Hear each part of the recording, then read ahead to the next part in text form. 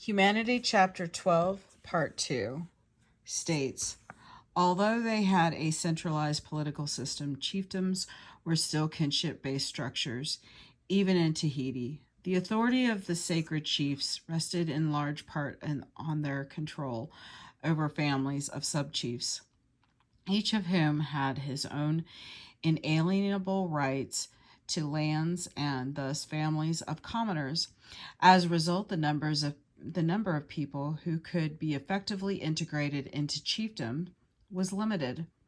In Polynesia, most chiefdoms range from only a few thousand to 30,000 persons. Polities with larger populations require a political structure based on institutions other than kinship. A state like chiefdom has a centralized political structure. States are distinguished from chiefdoms by the presence of bureaucracy. A chiefdom is basically a two-level system. One, chiefs, which in Tahiti included the sub-chiefs, who have varying levels of authority and power, and two, the commoners, or the great mass of the populace. A state has three levels: the ruling elite, a bureaucracy, and the populace. In states, as in chiefdoms, the highest authority and power reside in the ruling elite, the formal political head or heads of a polity. States vary greatly in the types of political leaders present and in the basis for the leader's authority and power. Leaders in the earliest states frequently were considered to be the descendants of gods and thus for themselves gods on earth. The Inca of Peru and the Pharaohs of Egypt were leaders who ruled as gods. Other political leaders, although not claiming to be gods, have legitimated their positions with claims of having been chosen by God. Early European kings legitimated their claims to leadership on such basis, and as English coins still proclaim. The queens rule as de gratia, by the grace of God. Other states have evolved political leadership that uses strictly secular ideas to justify their authority. In countries where leaders are elected by a vote of the populace, rule is legitimated by the internalized acceptance of such ascendance to office. Even leaders of strictly secular kingdoms, dictatorships, and oligarchies can, if in power for a sufficient time, have their rule accepted by the populace as legitimate. We have more to say about legitimizing in Chapter 13. Although they differ greatly in political leadership, states all share one characteristics: a bureaucracy that carries out the day-to-day governing of the polity. In simple terms, a bureaucrat is a person to whom a political leader delegates certain authority and powers. The bureaucrat thus acts on behalf of the political leader, lacking any inherent authority or powers personally. Bureaucrats depend on the continued support of political leaders, using bureaucrats as intermediaries. Political leaders could expand the size of their polities, both geographically and demographically, while strengthening their political control over the population. Bureaucrats could engineer such expansion without threat of revolution and political fragmentation, because they lacked any personal claims to independent political legitimacy. In addition to differences in their political structure, state-level polities differ from bands, tribes, and chiefdoms in two other important ways. First, they can and usually do have multi-ethnic populations, including members of a number of ethnic groups who not only have distinct cultural differences, but frequently speak different languages as well. One of these ethnic groups is usually the politically dominant group. Second, with few exceptions, states have market economies, see Chapter 8, and depend to varying degrees on external trade with neighboring groups. The global challenges and opportunities feature offers an in-depth look at an outgrowth of states today in the global economy. Multinational corporations. Inca Empire. The Inca Empire of ancient Peru was typically a state-level organization from the capital of Cusco. The ruler of Sapa Inca, controlled a multi-ethnic empire of between 6 and 12 million subjects who spoke dozens of different languages and extended over 2,500 miles from modern-day Ecuador to central Chile. Dissected by some of the highest mountain ranges and most inhospitable deserts in the world, the Inca Empire existed without a writing system for communication, a monetary system for exchange, or wheeled vehicles for transporting goods. Despite this limited technology, I will come back to this, and hostile terrain, the central government was able to organize human labor for massive public works projects, ranging from buildings and terraced fields to a 9,500-mile highway network that stretched the length and breadth of the country. The Sapa Inca was also able to mobilize and supply armies numbering in the tens of thousands for extended periods of time. The Inca Empire was a state created through the military conquest and incorporation of smaller neighboring states. However, it was the administrative abilities of its leaders, more than their military might, that gave the empire its political cohesiveness. The Sapa Inca was believed to be the direct descendant of the sun god.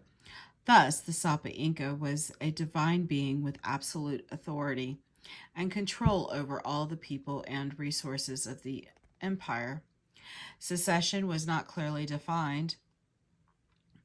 Any son of the Sapa Inca had a legitimate claim to his father's position to avoid conflict.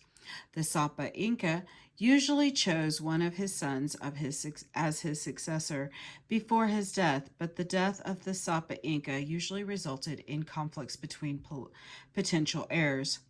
The empire was administratively divided into 4 geographic regions, each with its own head. The regions were split into provinces with governors and regional capitals.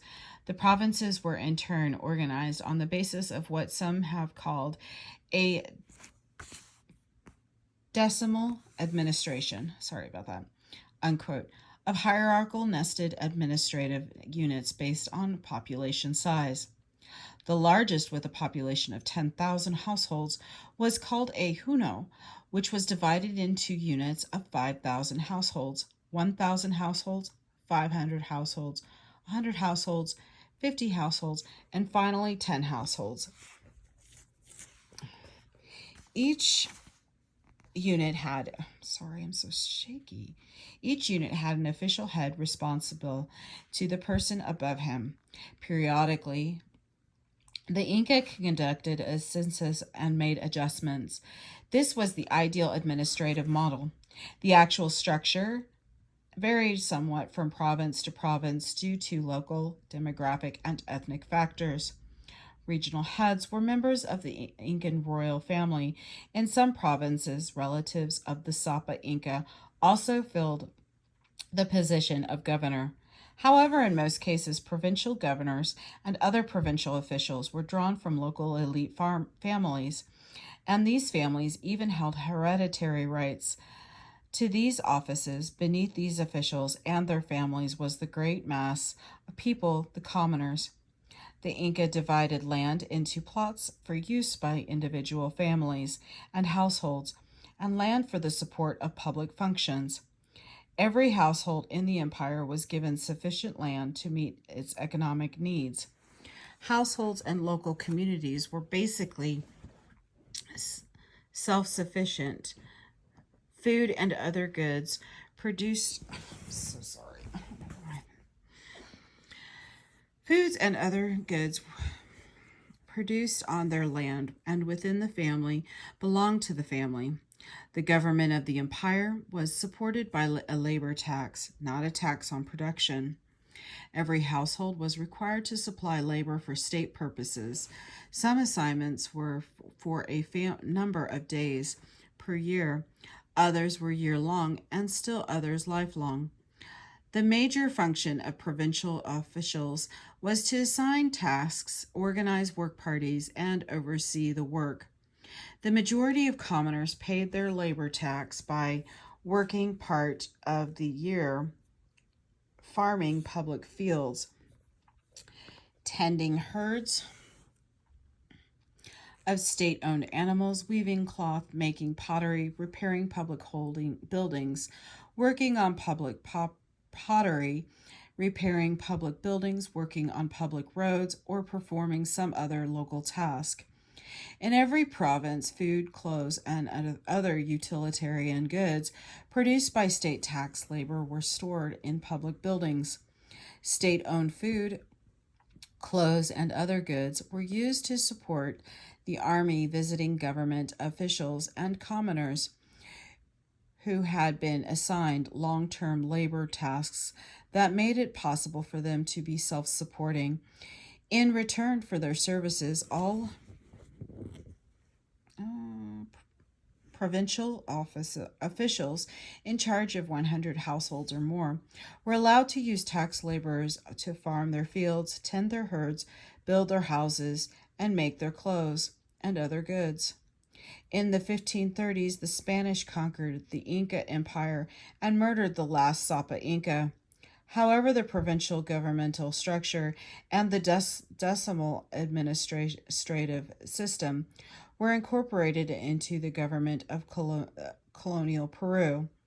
The emergence of states increased the complexity of political units.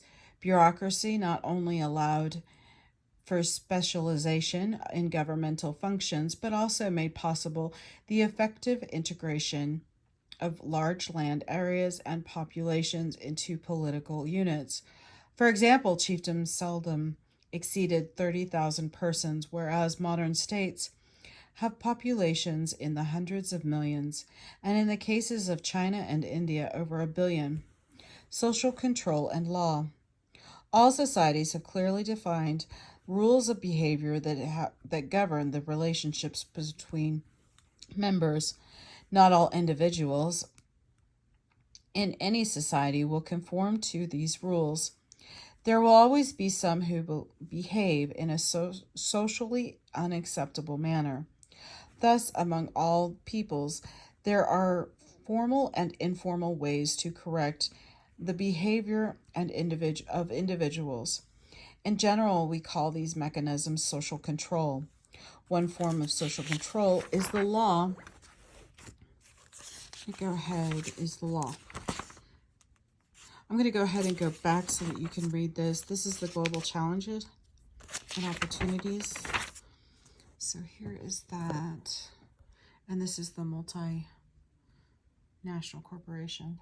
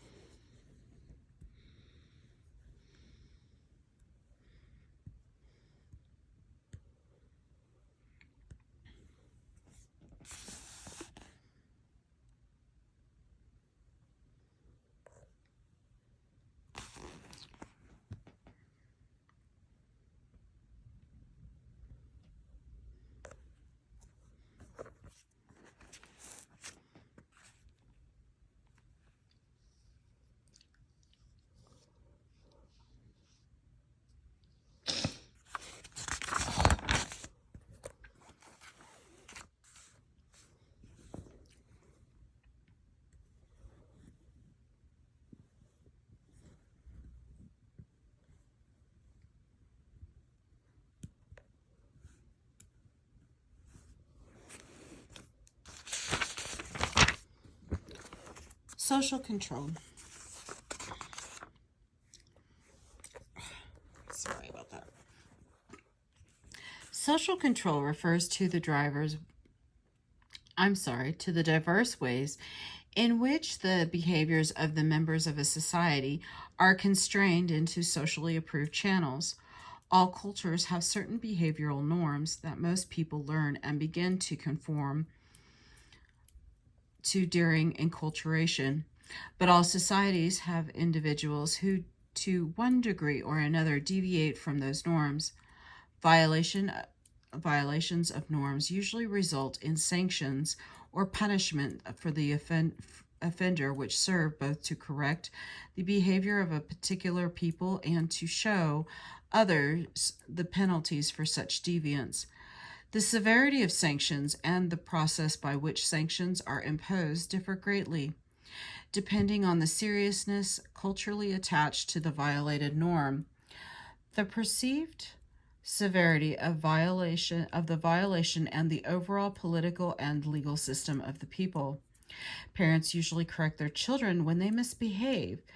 In our U.S. society, parents may impose sanctions ranging from scolding to spanking to withdrawing privileges. By correcting children at an early age, individuals are trained in proper behavior. The community as a whole, who also applies informal sanctions against children and adults who are not behaving properly. Gossip or fear of gossip serves as an important method of social control in many societies. Most people fear the contempt or ridicule of their peers, so they try to conform to acceptable behavioral norms. People attempt to hide behavior that would be the subject of gossip, scandal, and ridicule. Individuals whose known behavior consistently violates special norms may even find themselves ostracized by friends and relatives. The severest of informal punishments, informal economic penalties, also may be imposed. A family may withdraw economic support in attempts to modify the errant behavior of a member. A wide variety of supernatural sanctions may assist in controlling individual behavior. In some cases, these supernatural sanctions are automatically imposed on particular types of behavior. Whether the commission of these acts becomes public knowledge or not, and thus regardless of whether other punishments are inflicted on the individual, the commission all still endangers one's immortal soul. Supernatural sanctions can be more specifically directed in many societies, including some Christian ones. An individual may place a curse on another person by calling on a supernatural being. Fear of sorcery or witchcraft, see Chapter 14, frequently serves as another important form of social control.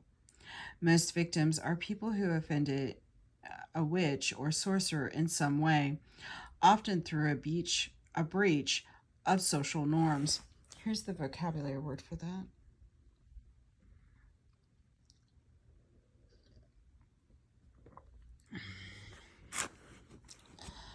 Law. Law is the highest level of social control.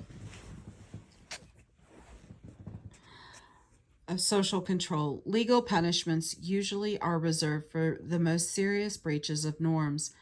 The question of how law can be distinguished from other forms of social control is not easy to answer. In societies that have court systems, the distinction is formalized, but in societies with no such formalized legal systems, the distinction is not so clear-cut. Adamson Hobel defined law in the following way: a social norm is legal if its neglect or infraction is regularly met in threat or in fact by the application of physical force by an individual or group possessing the socially recognized privilege of so acting. Law so defined was and is present in virtually every society. In a legal action, some individual or group must have publicly recognized authority to settle a case or punish a violation. In societies with courts, the authority is obvious. However, in societies that lack courts, the authority becomes less clear. What emerges frequently is an ad hoc authority. That is because of the peculiarities of the case. A particular individual, a group becomes recognized by the community as the authority responsible for its resolution. In some cases, the victim may be the recognized authority. In the victim's absence, as in the case of murder, the victim's family, clan, or kin group may be placed in the role of authority. Such ad hoc authority is discussed later in some of the examples. Implicit in all legal actions is the intention of universal application, which means that, in identical cases, the sanction imposed is the same, although one might argue that no two legal cases have been or will ever be identical. The notion of universal application requires that the law be consistent and thus predictable. The arbitrary imposition of sanctions is not law. Hobel limited legal sanctions to physical sanctions. However, scholars have argued that this definition is too narrow. A legal sanction does not have to be some form of corporal punishment, nor does it have to involve the loss of property. Based on his work with the Kapuka of New Guinea, Leopold Pospel contended that the impact of psychological sanctions can be more severe than that of physical punishment. For this reason, he stated we can define a legal sanction as either the negative behavior of withdrawing some rewards or of favors that otherwise, if the law had not been violated, would have been granted, or the positive behavior of inflicting some painful experience, be it physical or psychological. I'm going to try and get as much as possible on this. Here's the words and the characteristics, and then here's the organization.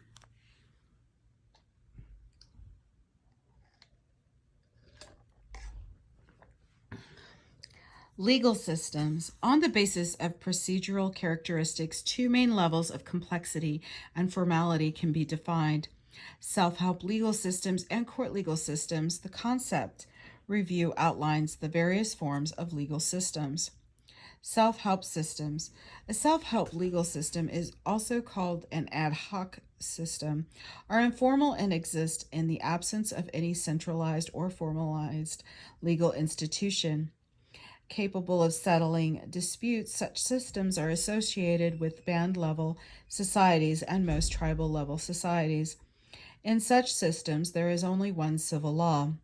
All legal actions concern only the principal parties and or the families. The reason for terming the legal procedure in these societies, self-help, will become clear. Self-help legal systems may be divided into two main forms: familial and mediator. In familial systems, all actions and decisions are initiated and executed by the families or larger kin groups. Involved mediator systems add the formal presence of a neutral third party, the mediator, who attempts to negotiate and resolve the dispute peacefully. In familial systems, the families involved handle the legal actions. A legal offense only indirectly concerns the community as a whole. When an individual or family determines that its rights have been violated, the imposition of the proper sanction falls to the plaintiffs. In other words, the offended party assumes the role of authority. Such a system has some problems and implementation, but not as many as one might anticipate. This is not a system of might makes us right, Certainly, cases arise in such societies in which the weak are victimized by the strong. In cases of legal redress, however, there is community consensus in support of the victim and usually a recognized means by which even the weakest members of the community can gather support adequate to impose appropriate sanctions on the strongest. I'm so sorry, I'm shaking. The Comanche exemplify how familial legal system operated and how victims weaker than their opponents could nonetheless obtain redress. One of the most frequent Comanche offenses was wife stealing, unquote. Most older Comanche men were polygamous,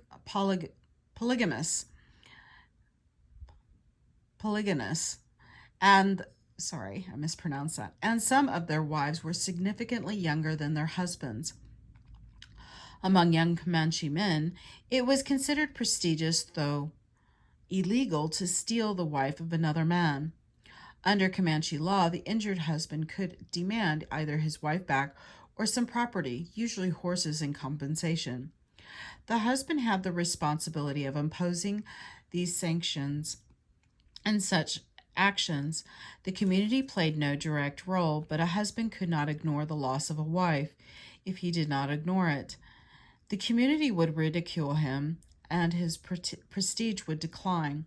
Thus, not only did the community support of the husband in pressing his claim, but also they informally pressured him to act. In imposing these sanctions, the husband was allowed to use whatever physical force was needed, short of killing the offender. In cases in which the men involved were physically but equal, the two met to negotiate and discuss the husband's demands. Behind these negotiations was the potential threat that the husband might physically assault the defendant. In cases where the husband presented little or no physical threat to the defendant, institutionalized means whereby the husband could gain physical backing, although it lowered his prestige in the community, he could call on his relatives for support, with his male relatives present and prepared to support his demands physically. The husband could then negotiate with the defendant. The defendant always had to stand alone. Even if he had asked his kinsmen for support, they would not have responded for fear of community ridicule. In cases where the husband was an orphan or lacked kinsmen, he could call on any other man he wanted to prosecute his case. He usually asked for assistance of one of the powerful war leaders in the band. Such a request was so prestigious that a war leader could not refuse.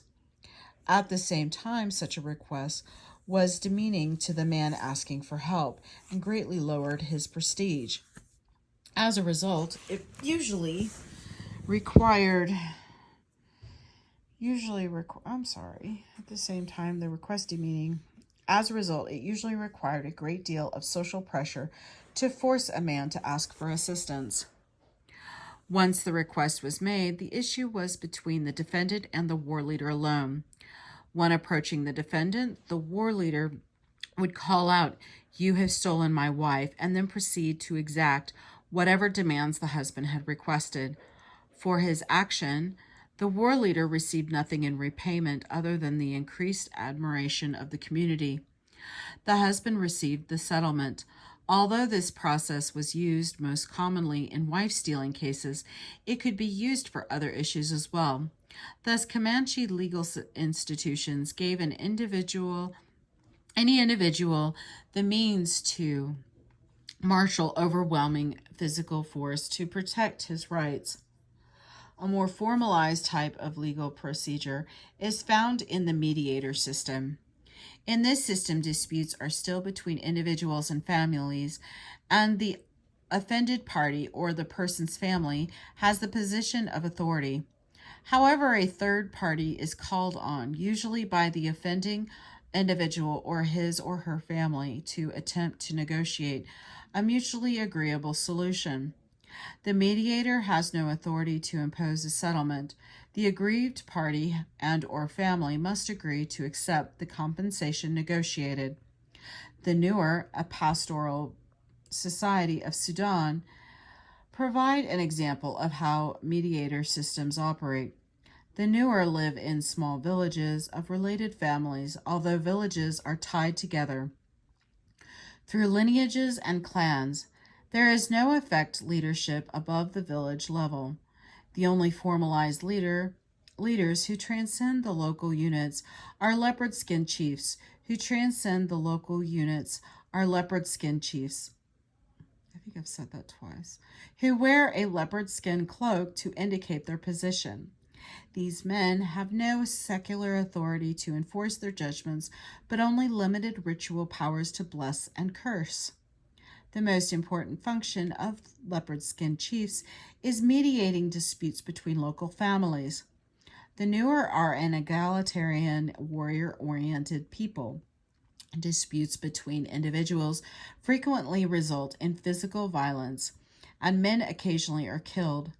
The killing requires that kinsmen exact retribution, and any close patrilineal kinsman of the murderer may be killed in retaliation.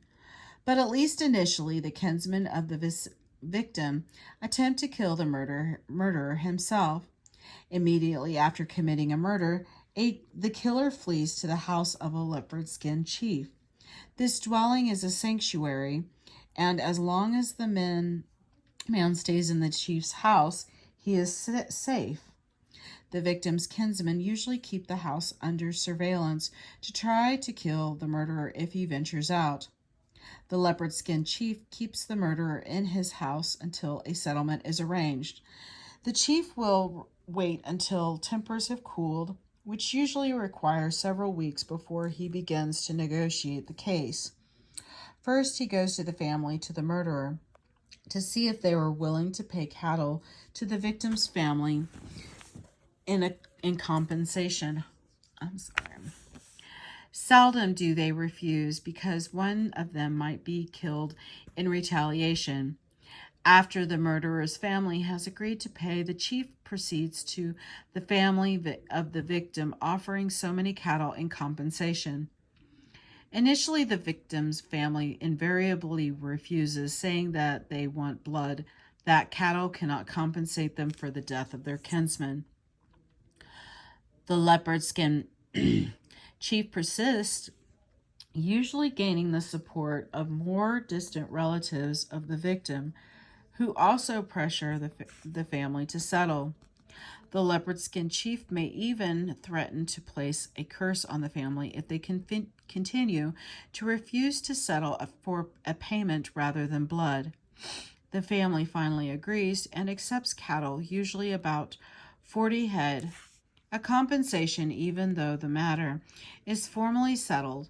The killer and his close patrilineal kinsmen will avoid the family of the victim for some years so as not to provoke spontaneous retaliation.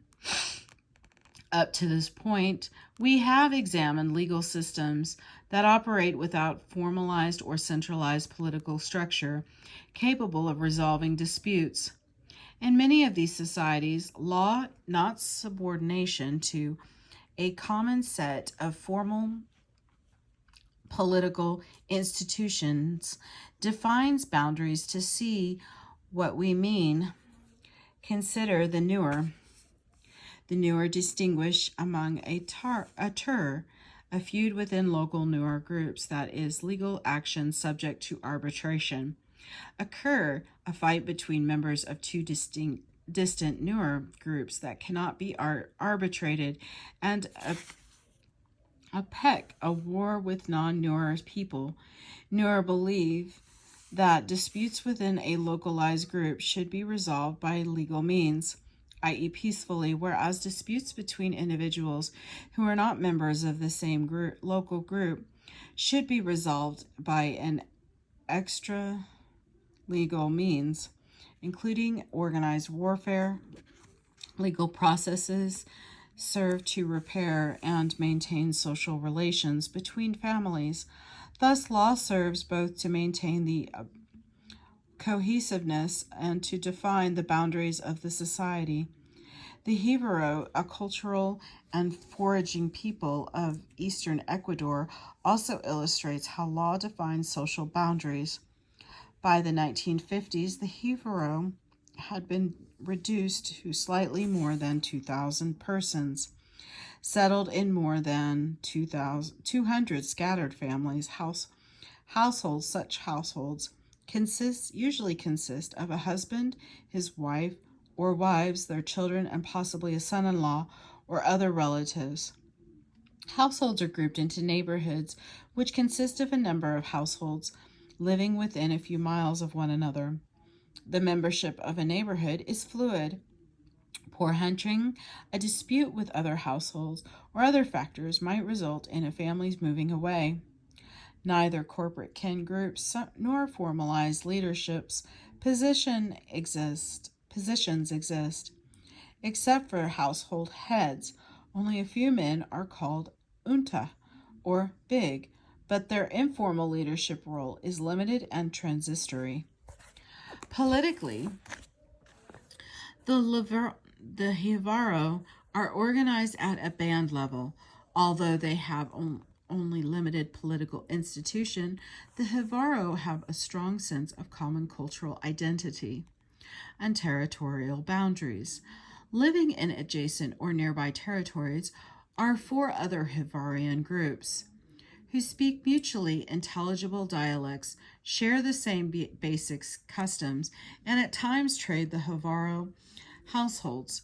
Despite their minimal political integration, there is no question about which households are Jibaro and which belong to other 4 groups.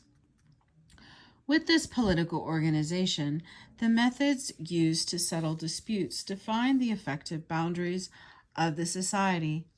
Disputes between Jibaros are resolved by legal means, whereas disputes with members of other societies are resolved through extra-legal means. Like societies are resolved through extra-legal means. Like the Nuaro, the Jibaro make a sharp distinction between a feud and a war. A feud is the legal means by which a sanction is imposed on another family. For the murder of a kinsman as a legal procedure, a feud proceeds in a manner quite different from war.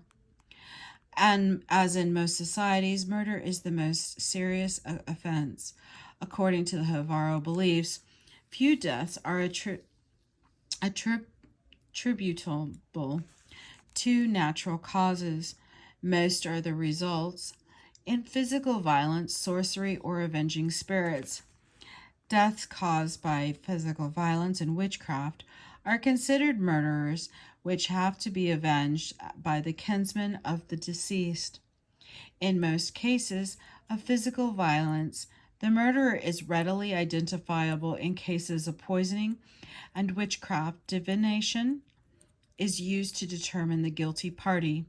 Determination of the guilty party and whether they are Jibaro or non-Jibaro affect how the victim's kinfolk avenged the death. If the guilty party is Jibaro, the kinsmen of the victim attack the household of the murderer with the goal of killing the man himself. If they are not successful in finding him, they may kill a male relative of his, even a young boy. They normally will not harm women or little children except when the victim was a woman or a child. Even if they have the opportunity to kill more, only one individual will be killed. This is a legal action, and Jibaro law allows only a life for a life. If the guilty party is determined to be a non-Jibaro, the relatives of the murdered person attack the household of the guilty party, trying to kill as many people as possible. They attempt to massacre the entire family. With no regard for either sex or age, in some cases they attack nearby households as well, attempting to kill even more members of the group. This is a war, not a legal action. The Javaro, the Newer, and other peoples who lack a centralized and formal political structure, nonetheless, have definite means of maintaining social control. To those of us who have informal governmental institutions that are supposed to handle our grievances and right for the wrongs done to us, self-help systems look rather anarchic. However, rules govern such systems. A court system. A number of factors distinguish a court legal system from a self-help legal system. First, authority resides not with the victim and his or her family, but with a formalized institution. The court. The court has the authority and the power to hear disputes and to unilaterally decide cases and impose sanctions. Authority in legal matters is a component of political authority. Thus, fully developed court systems can exist only in societies that have centralized formal political leadership, that is, chiefdoms or estates. Second, most court systems operate with formal public hearings presided over by a judge or judges with formally defined defendants and plaintiffs. Grievances are stated, evidence is collected and analyzed, and in cases of conflicting evidence, oaths or ordeals may be used to determine truthfulness. Finally, only in court systems does one find substantive law clearly divided into criminal law and civil law. Court systems, in turn, may be divided into three categories. 1. Incipient courts, 2. Courts of mediation, and 3. Courts of regulation. All court systems mediate disputes as well as regulate behavior. However, societies become increasingly complex. The primary focus of the court shifts from mediating disputes to a regulating behavior. This shift results in a qualitative difference not only in courts but also in the nature of the law itself. Associated with this shift is an increasing codification of the laws. Laws and their associated sanctions become standardized and rigid, and civil laws are steadily transformed into criminal laws. Court systems begin to emerge with the concept of crime against society. The need to control individuals' acts that might endanger the society as a whole, as opposed to acts that threaten only individuals. Herein lies the distinction between criminal law and civil law. Incipient court systems. True court systems can be found only in societies that have centralized political systems, chiefdoms, or estates. However, some tribal societies have what might best be termed an incipient court. Although the Cheyenne, as described earlier, are a tribal-level society, they demonstrate the development of an incipient court system. At times, both the Council of 44 and the warrior societies assumed the role of de facto judges and courts. The Cheyenne recognized that certain individual actions threatened the well-being of the group and thus had to be controlled. Some of these actions were purely secular, whereas others were religious. Designated warrior societies were formally empowered by the council to enforce secular laws and regulations. For example, in preparation for a communal bison hunt, camp members would be told to refrain from independent hunting. A single hunter could disturb the herd, thus spoiling the hunt for the group. To prevent this, one warrior of the societies was designated by the council to police the area around the village. If members of the warrior society discovered someone hunting illegally, they became the de facto judges and court and immediately imposed sanctions in the offender, often beating him with whips, shooting his horses, and slashing his teepee with knives. Other secular criminal violations were handled just as swiftly. The Council of the 44 was responsible for the for the religious or sacred well-being of the tribe. Thus, any action that endangered the supernatural well-being of the Cheyenne was their concern. The murder of a Cheyenne by another Cheyenne was the most heinous of crimes. Such a crime was said to bloody the sacred arrows, the most sacred of the Cheyenne tribal medicine bundles. The arrows were symbolic of Cheyenne's success in hunting, their main economic activity, and warfare. Murder within the tribe polluted the arrows, thus made the Cheyenne vulnerable to their enemies and less successful in their hunting. When a Cheyenne died at the hands of another Cheyenne, the Council of 44 became a de facto court. Although there were no formal hearing, the council met and discussed the case by themselves. In small societies like the Cheyenne, there was no need for a formal hearing with witnesses. The members of the council knew all of the relevant facts concerning the events. There were two issues they had to decide. First, they needed to determine whether the act was a murder. If so, then the sacred arrows had to be renewed or ritually purified. Second, they had to decide on the sanction to be imposed, usually exile for a period of years. For the Cheyenne, there could be no capital punishment without again polluting the sacred arrows. Another matter of the Cheyenne had to deal with was determining when a suicide was a murder.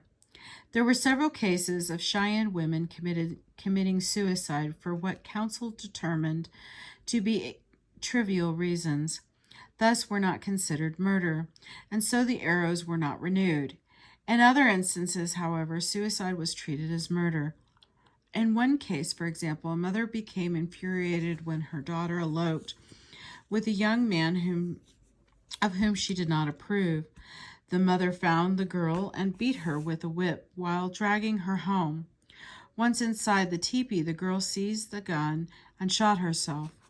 In another case, a young girl divorced her husband and returned to her parents' home. Sometime later, the mother found the girl participating in a young person's dance and beat her. The girl hanged herself. The council decided in these cases that these girls' deaths were murder on the basis that the mothers had driven the girls to suicide. In both cases, the sacred arrows were renewed and the mothers banished from the tribe. In other cases, the council had to determine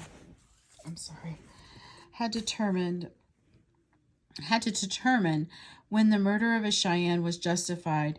In one case, a man attempted to rape his daughter. She resisted and killed him with a knife. While the council had the sacred arrows renewed, the girl was not banished, and the people did not treat the girl as a murderer. In still another case, a man named Winnebago took the wife of another man, who retaliated by taking one of Winnebago's other wives. Enraged, Winnebago killed the man and was banished by the council. After returning from his banishment, which lasted 5 years, Winnebago argued with and killed another man.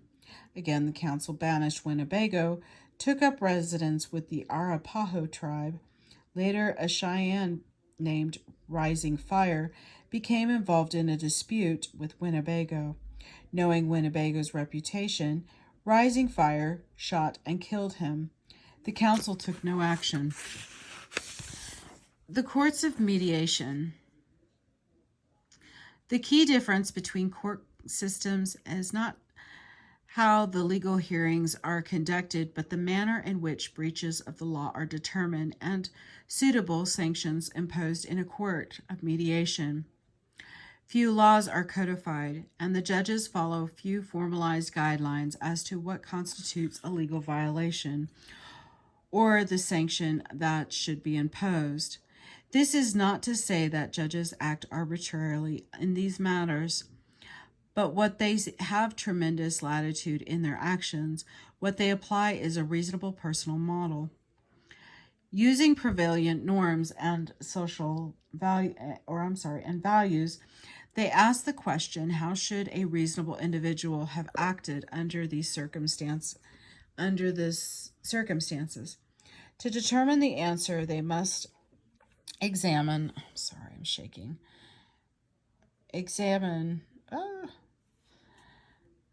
an individual's actions within the social context in which the dispute occurred.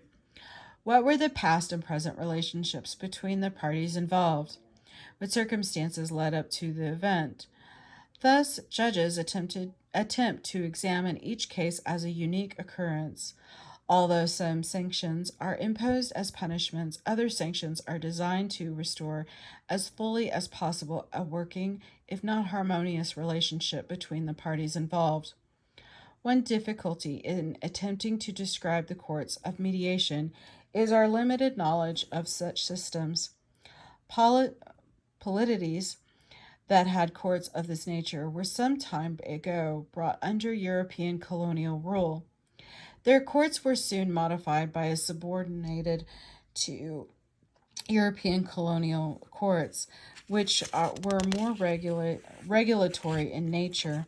The example we use is the Barrows Judicial System. As described by Max Gluckman, the Barrows made up a multi-ethnic state in southern Africa that at the time of the Gluckman study in the 1940s had been under British rule for 40 years. The British had removed more serious offenses from the jurisdiction of this court. Despite these factors, the basic Barrows legal concepts aptly illustrate a mediation type of court system. The Barrows state had two capitals, a northern capital where the king resided and a subordinate southern. Here's the vocabulary terminology.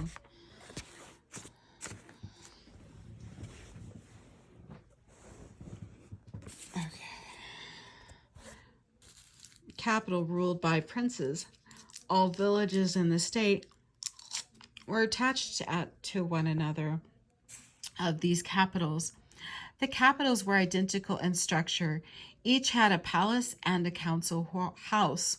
Courts of law were held in the council house. The titular head of the court was the ruler. In practice, the ruler seldom was present at trials.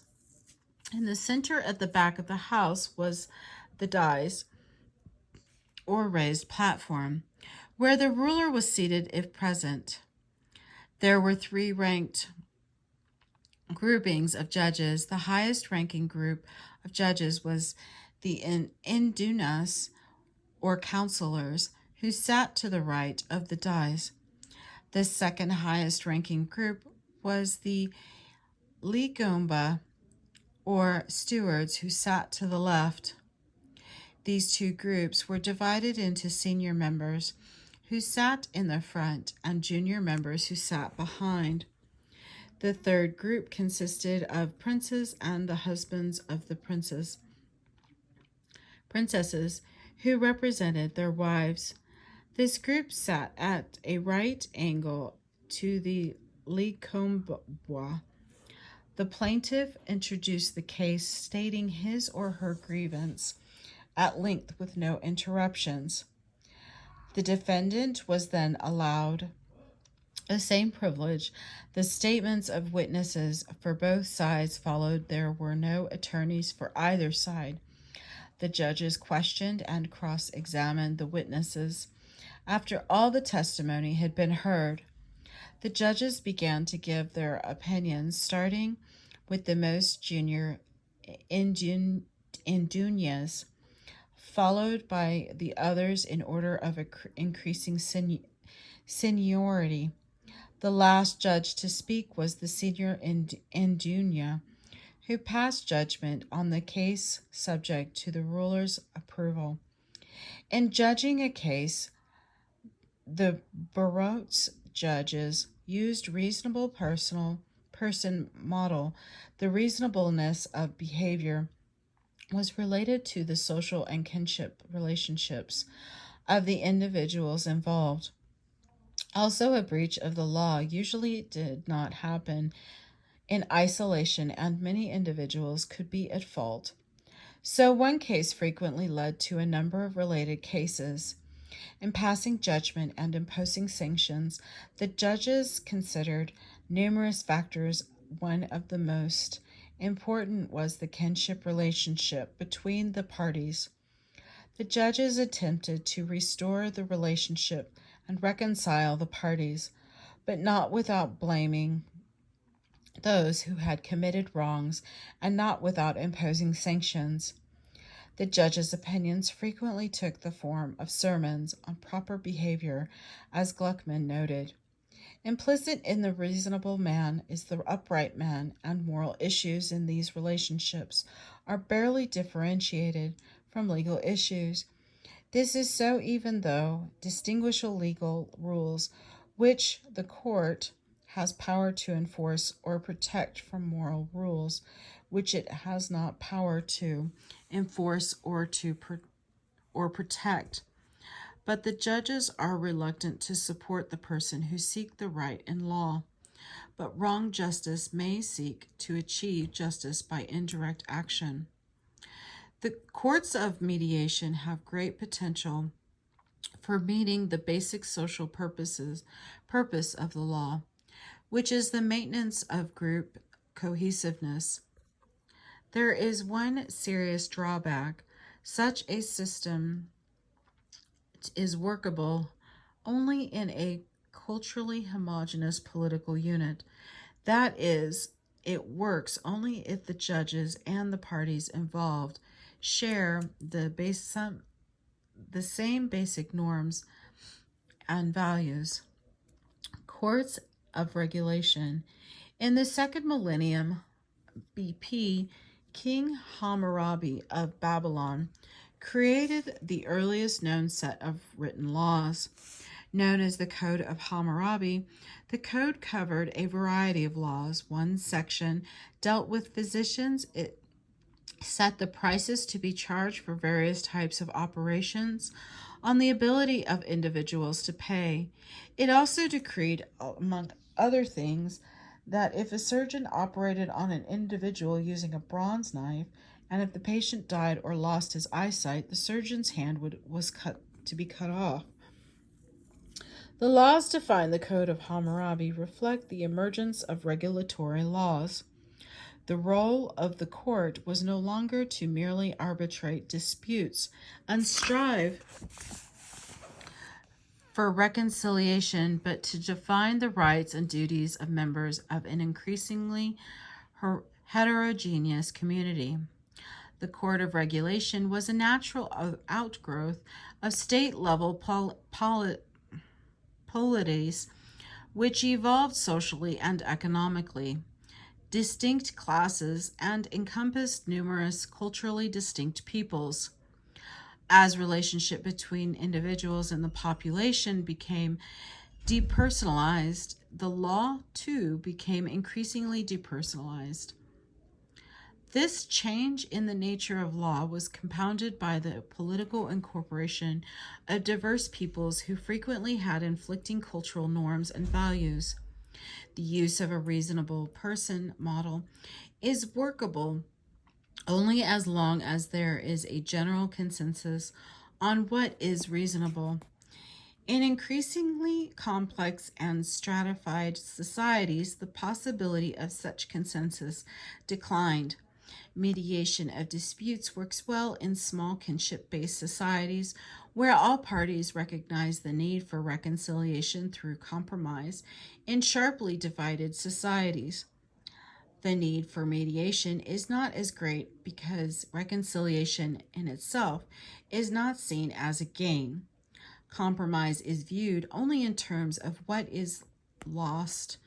Laws were thus created to bring order and stability to the interactions between individuals who were not social equals. With law divorced from social norms and values, Justice was no longer simply a moral or ethical issue, but came to be viewed in terms of consistency or precedence. The separation of law from social norms and values also opened the door for the politicization of the laws. Laws were created to serve political ends as various groups vied with one another for the creation of laws that would protect, express, or further their own goals, interests, and values. This situation is particularly evident in a multi ethnic and religiously and economically diverse state level system, such as that of the United States. Excuse me. Given the cultural pluralism, religious diversity, and economic inequality of the United States, it would be impossible to create a code of laws that could equally protect the interest of all classes and that would be consistent with the norms and values of all groups.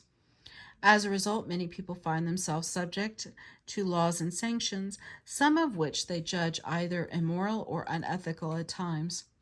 People find that laws violate their own cultural values. We see this with groups who think that abortion is murder and thus should be made illegal, and with groups who oppose capital punishment on the grounds that the state does not have the right to kill individuals. During the Vietnam War, we saw it with draft resistors who argued that the state did not have the right to order a man to fight in a war they considered immoral.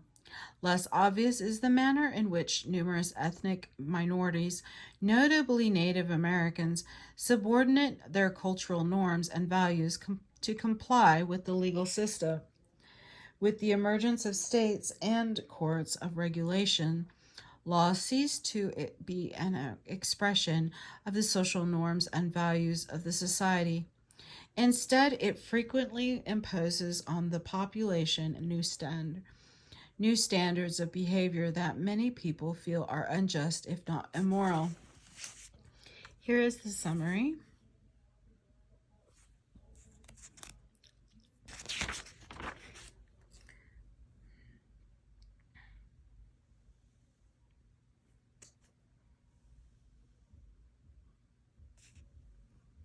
And this is the end of Chapter 12, Part 2. Thank you.